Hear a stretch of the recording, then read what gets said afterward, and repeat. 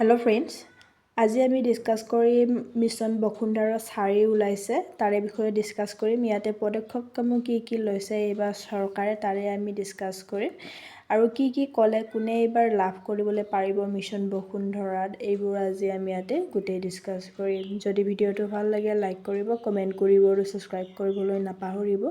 এয়া চাব পাৰে সকলোৰে বাবে ভূমি অধিকাৰ মিছন বসুন্ধৰা 4।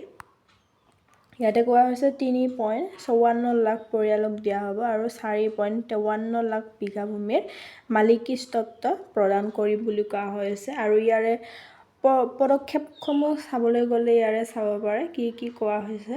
চৰ অঞ্চলসমূহত ডিজিটেল জৰীপ কৰিম বুলি কোৱা হৈছে। আৰু এটা কোৱা হৈছে বৰাক উপত্যকা, মৰাণ, মটক, আহোম, চুতীয়া, কোচ ৰাজবংশী আৰু অন্যান্য খিলঞ্জীয়া জনগোষ্ঠীৰ ভূমি অধিকাৰত বিশেষ গুৰুত্ব দিম বুলি কোৱা হৈছে এইবাৰ চৰকাৰে।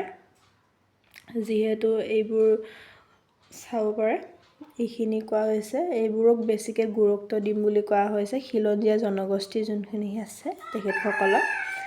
তাৰপিছত আহিছোঁ কি কৰিছে প্ৰজেক্ট জৰীপ মাটি অসমৰ জৰিয়তে স্মাৰ্ট ভূমি সমীক্ষা কৰিম বুলি কোৱা হৈছে। আৰু এটা কোৱা হৈছে ক্ষুদ্ৰ লঘু মজলীয়া উদ্যোগ আৰু খাদী উদ্যোগৰ ভূমি অনুমোদনত সহজ ব্যৱস্থা কৰিম বুলি কোৱা হৈছে।